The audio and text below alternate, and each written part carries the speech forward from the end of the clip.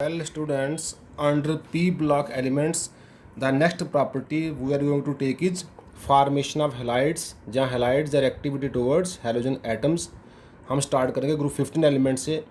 ये एलिमेंट जो हैं form halides of the type EX3+3 oxidation state में और EX5+5 ऑक्सीडेशन स्टेट में। जो फर्स्ट एलिमेंट नाइट्रोजन है वो डज नॉट फॉर्म पेंटाहेलाइड्स, क्योंकि पेंटाहेलाइड बनाने के लिए शेल को एक्सपेंड करना पड़ता है, उसके लिए डी ऑर्बिटल का वेकेंट होना कंपलसरी है। नाइट्रोजन में वेकेंट डी ऑर्बिटल नहीं होते हैं जब इसकी इलेक्ट्रॉनिक कन्फिग्रेशन लिखी जाती है। ट्राईहेलाइड्स की जहाँ तक बात है और प्रीडोमिनेंटली कोवलेंट नेचर के हैं, एक्सेप्ट जो लास्ट वाला है बिस्मथ ट्राईफ्लोराइड जो है, बिस्मथ फ्लोराइड जो है +3 स्टेट में वो आयनिक होता है, बाकी मेनली कोवलेंट है। For nitrogen only NF3 stable, NCl3 भी बनता है लेकिन वो अनस्टेबल है, NF3 ही कुछ हद तक स्टेबल बनता है हेलाइड। दीज ट्राईहेलाइड जो हैं are pyramidal in structure with sp3 hybridisation, जैसे कि NH3 में हमने पढ़ा था हाइब्रिडाइजेशन, इसका sp3 हाइब्रिडाइजेशन था और पिरामिडल स्ट्रक्चर था। ऐसे ही सभी ट्राईहेलाइड का स्ट्रक्चर होता है पिरामिडल विद sp3 हाइब्रिडाइजेशन, जिसमें 3 बॉन्ड पेयर होते हैं और 1 लोन पेयर होता है। जो पेंटाहेलाइड की जहाँ तक बात है are more covalent than trihalides. Generally, these halides have trigonal bipyramidal structure, sp3 dehybridization होते हैं पेंटाहेलाइड में। PCl5 की जहाँ तक बात है exist as ionic species in solid state, जैसे एक जो है PCl5 जो है Cl लूज कर देता है और दूसरा गेन कर लेता है, जिसमें से एक Cl लूज हुआ वो PCl4+ बन जाता है और दूसरा PCl6- बन जाता है।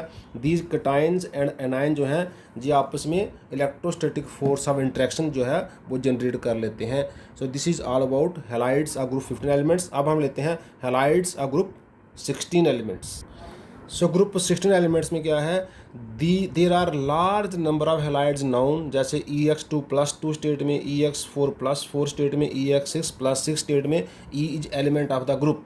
The order of stability is fluoride सबसे स्टेबल होते हैं, क्लोराइड उससे कम स्टेबल होते हैं, ब्रोमाइड उससे कम, आयोडाइड उससे कम।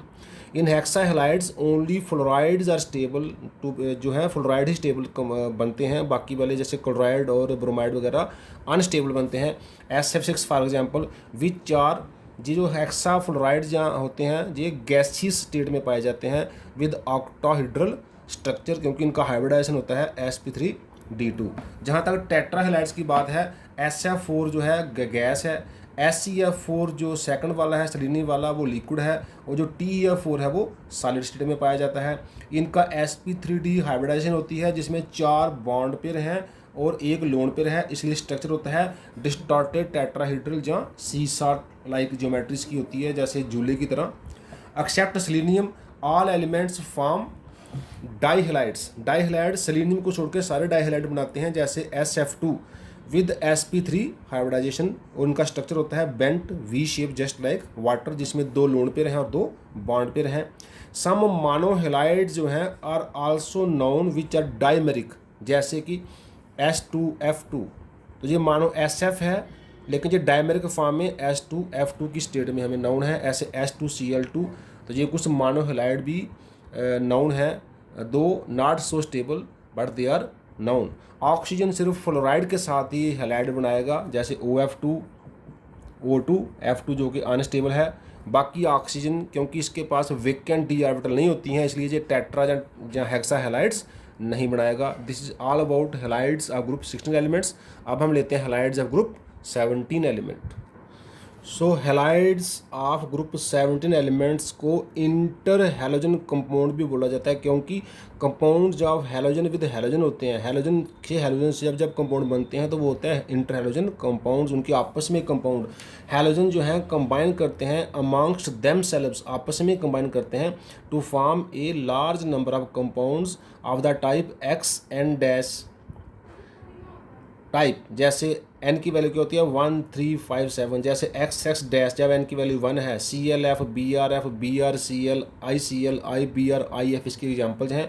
XX3 डैश में ClF3 BrF3 IF3 ICl3 है, XX डैश 5 में ClF5 BrF5 IF5 है, और XX डैश 7 जहाँ n की वैल्यू 7 है ओनली 1 हेलाइड जो है इंटर हैलोजन कंपाउंड नाउन है IF7। The stability of halide जो है इंक्रीज करती है as size of the central atom increases. Means iodine के हेलाइड सबसे स्टेबल होंगे, साइज सबसे ज़्यादा है, उससे कम Br के, उससे कम Cl के। ऑफ द जैसे सेंट्रल एटम का साइज इंक्रीज करता है, इनकी स्टेबिलिटी इंक्रीज करती है। मोर इलेक्ट्रोनेगेटिव एलिमेंट जिसमें जो होगा हेलाइड होगा, या जो स्मॉलर साइज का हेलोजन होगा, उसको हम -1 ऑक्सीडेशन नंबर अलाट करते हैं। जैसे ClF में F-1 Cl+1, BrF में F-1 Br+1, BrCl में Cl छोटा है, Cl बड़ा है, सॉरी छोटा है, Cl-1 Br+1, ICl में Cl-1 I+1। ऐसे IF3 में F-1 तो F3 है इसलिए I+3। जे वाले +1 स्टेट में है, जे वाले +3 स्टेट में है जो सेंट्रल एटम है, और जे वाला सेंट्रल एटम +5 स्टेट में है, जे वाला सेंट्रल एटम +7 ऑक्सीडेशन स्टेट में है। XX3 टाइप के हेलाइड जो हैं वो T शेप के देखे गए हैं। अभी हम इनको आगे स्ट्रक्चर देखेंगे। XX5 वाले स्क्वायर पिरामिडल स्ट्रक्चर होता है जिसमें एक लोन पेयर है, इसमें 2 लोन पेयर है। और XX7 IF7 जैसे है उसमें कोई लोन पेयर नहीं है, इनका स्ट्रक्चर होता है पेंटागोनल बाई पिरामिडल। अब हम इसकी और आगे डिस्कस करते हैं इसको डिटेल में। तो अब हम बात करते हैं preparation of interhalogen compounds. इनकी प्रेपरेशन के लिए डायरेक्ट जो 2 हैलोजन को हम हीट करते हैं, प्रेशर देते हैं, तो हमें इंटर हैलोजन कंपाउंड मिल जाते हैं। जैसे Cl2F2 को जो I2Cl2 को इक्वल मोलर क्वांटिटी में लेकर 437 के राउंड हीट करो तो हमें मानो हेलाइड्स मिलते हैं ClF, जहाँ से I2Cl2 2 टाइम ICl। ऐसे अगर टेम्परेचर थोड़ा बढ़ा दें, 573 केल्विन कर दें, और जैसे फ्लोराइड जो फ्लोरीन को एक्सेस में ले लें, हमें ट्राई हेलाइड मिल जाएगा Cl2+3F2 2 टाइम ClF3। ऐसे अगर हम टेम्परेचर I2 के साथ थोड़ा लो टेम्परेचर पे ICl3 मिल जाता है जो सॉलिड स्टेट में है। ऐसे Cl2 को और एक्सेस ऑफ F2 के साथ और हाई टेम्परेचर करें तो Cl5 वाला पेंटा हेलाइड मिल जाता है। ऐसे Br2 के साथ ब्रोमीन का पेंटा फ्लोराइड मिल जाएगा। I2 का F2 के साथ 523 केल्विन से थोड़ा सा ज़्यादा, या 523 केल्विन टेम्परेचर और 20 एटमॉस्फेयर प्रेशर में जब हम इसको ट्रीट करते हैं, हमें IF7 जो है गैस फॉर्म में मिल जाएगा। हमारे जो लोअर इंटर हैलोजन कंपाउंड है वो हमें हायर इंटर हैलोजन कंपाउंड भी दे सकते हैं। जैसे ClF से F2 के साथ ClF3 मिल जाता है, IF5 के साथ F2 के साथ IF7 मिल जाता है बाई स्लाइट हीटिंग। जैसे इसके लिए टेम्परेचर रखना पड़ेगा 523 केल्विन। इस तरह से एक हैलोजन 2 हैलोजन को मिक्स करें, उनको हीट करें, प्रेशर दे, तो हमें इंटर हैलोजन कंपाउंड जो है वो मिल जाते हैं। कुछ physical properties of interhalogen compounds. XX- जगह तक बात है। Generally most of these are gases. ClF colourless gas है, BrF पेल ब्राउन गैस है, BrCl भी गैस है। हाँ, ICl जो है अल्फा फॉर्म में हो तो रूबी रेड सॉलिड है, बीटा फॉर्म में हो तो ब्राउन रेड सॉलिड है, IBr ब्लैक ब्राउन सॉलिड है। तो आयोडीन के जो मोनोहेलाइड है वो सॉलिड्स है।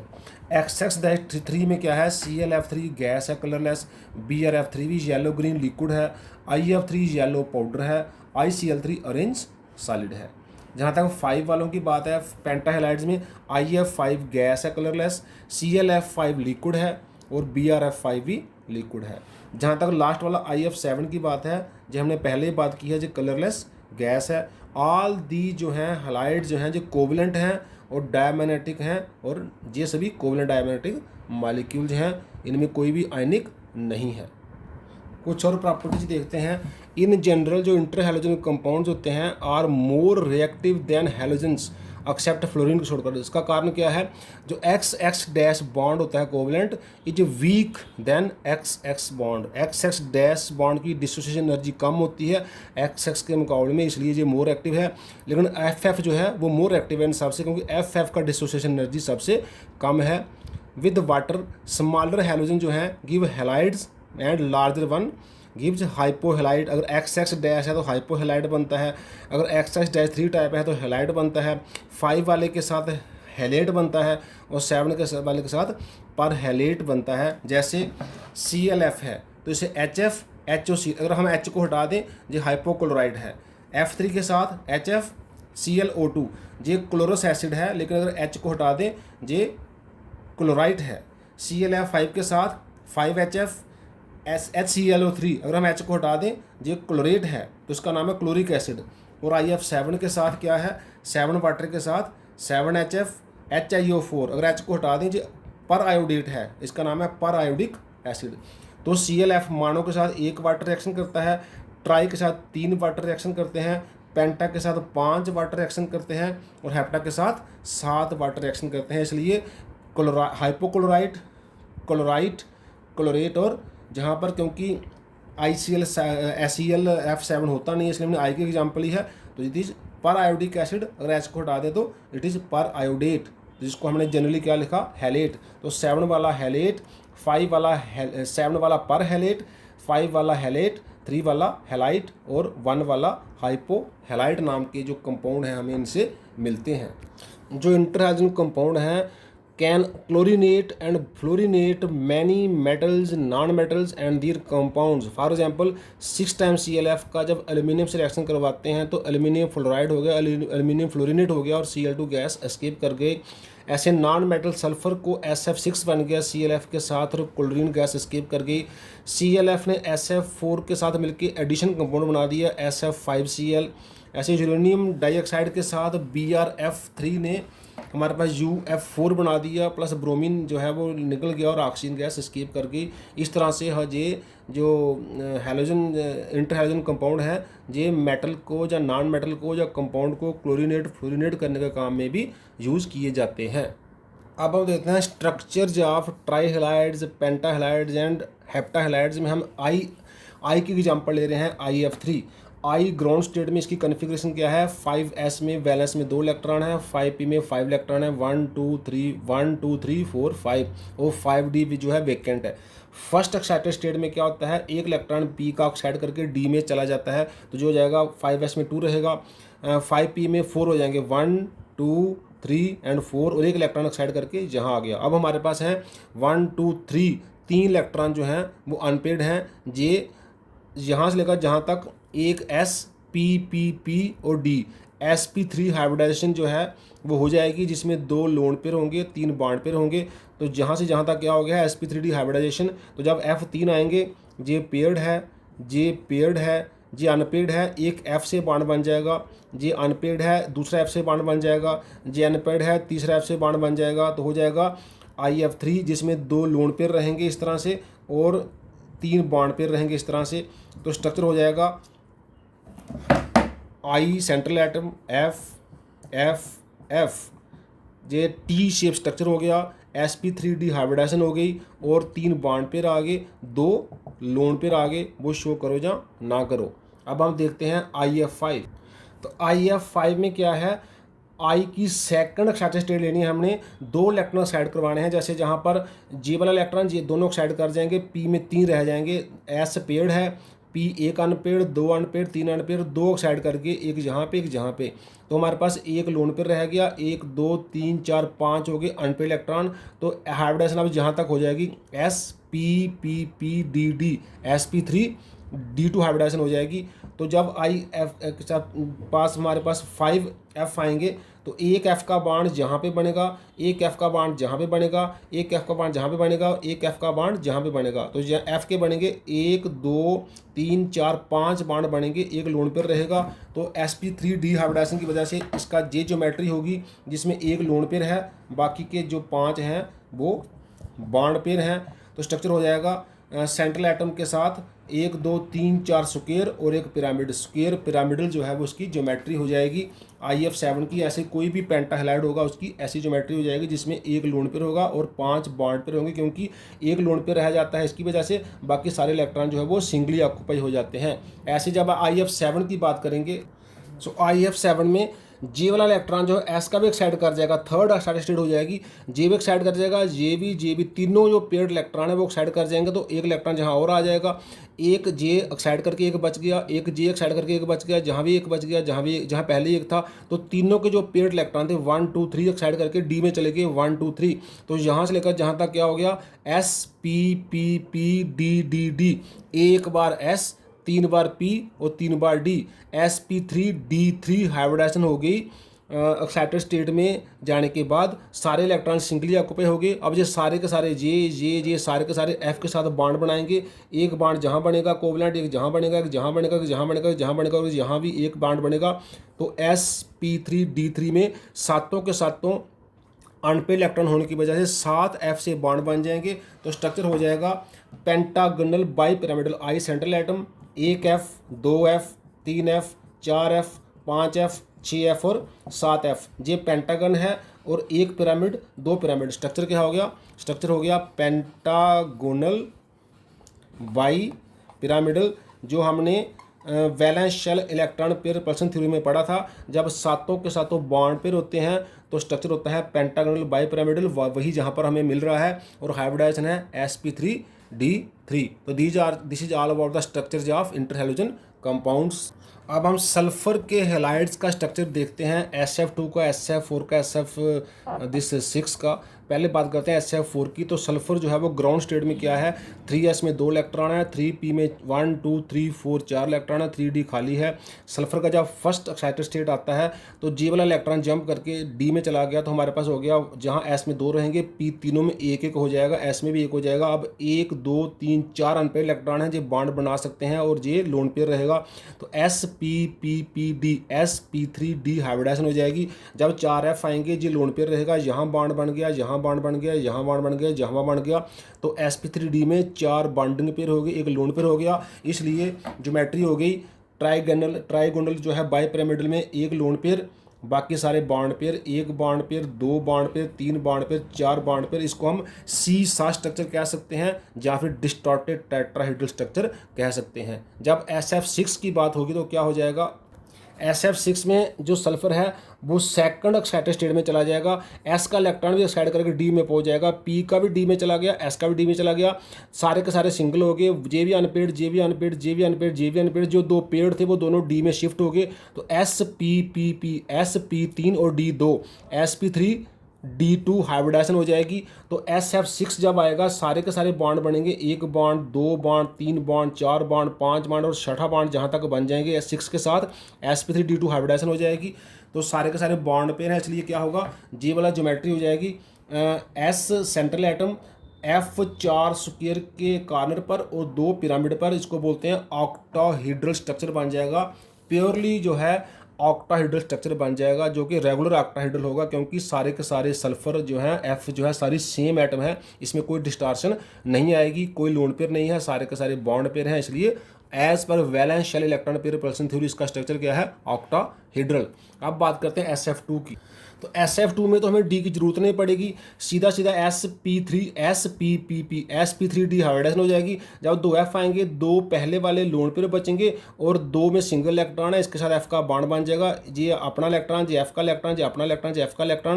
तो 2 लोन पेयर, 2 बॉन्ड पेयर हो जाएंगे। स्ट्रक्चर जैसे वाटर में होता है, S सेंटर में और एक जो है F इस साइड, एक F इस साइड। स्ट्रक्चर हो जाएगा बेंट V शेप, जिसमें 2 बॉन्ड पेयर है और 2 ही लोन पेयर हैं। इसको हम ऐसे भी लिख सकते हैं SFF। तो ये बेंट स्ट्रक्चर है जहाँ V शेप स्ट्रक्चर है, जिसमें S के पास 2 लोन पेयर हैं, जैसा कि वाटर में ऑक्सीजन के पास होते हैं।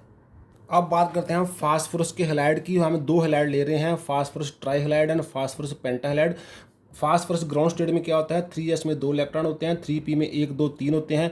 तो ये बिना किसी एक्साइटेशन के sp3 हाइब्रिडाइजेशन करेंगे। जब फ्लोरीन इनके पास आएगा तो pf3 के साथ क्या होगा? ये लोन पेयर रहेगा और जहाँ पर एक बॉन्ड बन जाएगा, जहाँ पर एक बॉन्ड बन जाएगा, जहाँ पर एक बॉन्ड बन जाएगा, तो ये हो जाएगा sp3 हाइब्रिड ऑर्बिटल, जिसमें एक लोन पेयर है और 3 बॉन्ड पेयर हैं। तो इसका स्ट्रक्चर हो जाएगा जैसे अमोनिया में होता है पिरामिडल फास्फोरस, एक लोन पेयर और 3 F के साथ बॉन्ड पेयर। लेकिन जब फास्फोरस का एक्साइटेड स्टेट देखेंगे, उसके पास एक ही पेयर इलेक्ट्रॉन है, जे वाला, तो ये एक्साइट करके 3D में चला जाएगा। तो जहाँ पर 3s में 1 रह गया, P में पहले ही एक है, D में भी 1 हो गया।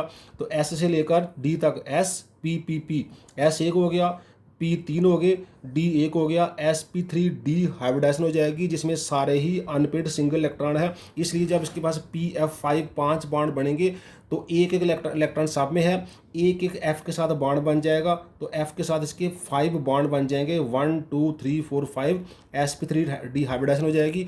तो स्ट्रक्चर होगा जैसे हमने पढ़ा हुआ है valence shell electron pair repulsion theory में। फास्फोरस जो है वो सेंट्रल एटम है और जो हाइब्रिडाइजेशन sp3d हमें जहाँ जब 5 बॉन्ड पे तो क्या बनता है? Trigonal bi pyramidal. तो ये ट्राइंगल के एक कॉर्नर पे F, दूसरे कॉर्नर पे F, तीसरे कॉर्नर पे F और 2 पिरामिड। तो इसका नाम होता है ट्राइगोनल बाई पिरामिडल स्ट्रक्चर हो जाएगा pf5 का। इस तरह से हमने pf3 में देखा अमोनिया की तरह पिरामिडल स्ट्रक्चर होता है, जहाँ फिर अम्ब्रेला टाइप स्ट्रक्चर होता है। और पेंटाहैलाइड में जो ग्रुप 15 के पेंटाहैलाइड हैं उनका ट्राइगोनल बाई पिरामिडल स्ट्रक्चर होता है, क्योंकि उसमें सारे के सारे बॉन्ड पेयर हैं और उनकी हाइब्रिडाइजेशन है sp3d। आपको किसी भी हैलाइड का स्ट्रक्चर आ सकता है और उसकी हाइब्रिडाइजेशन की स्टेट आ सकती है। अगर आपको एक हैलाइड pf3 का पता चल गया वही pcl3 का है, अगर आपको sf6 का पता चल गया वही बाकी हैलाइड्स का है, अगर आपको SAF4 का पता चल गया वही जो है बाकी SCF4 का होगा, ऐसे अगर आपको ICL3 का पता चल गया वही IF3 का होगा। इस तरह से सब जो एक टाइप के हैलाइड होंगे किसी भी ग्रुप के, उनका जो हाइब्रिडाइजेशन का स्टेट है वो भी सेम होगा और जो उनका स्ट्रक्चर है वो भी सेम होगा, सिर्फ आर्बिटल डिफर करेंगे। जैसे आयोडीन में 5s 5p की बात की, अगर ब्रोमीन लेते तो 4s 4p होता, अगर क्लोरीन लेते तो 3s 3p होता और आगे 3d होता। इस तरह से अगर आप इसको अच्छे से अंडरस्टैंड करिए, इनको रिवाइज करिए और जहाँ डिफ़िकल्टी आती है आप मुझे कंटेक्ट करिए। आज हम यहीं क्लोज करते हैं। थैंक्स।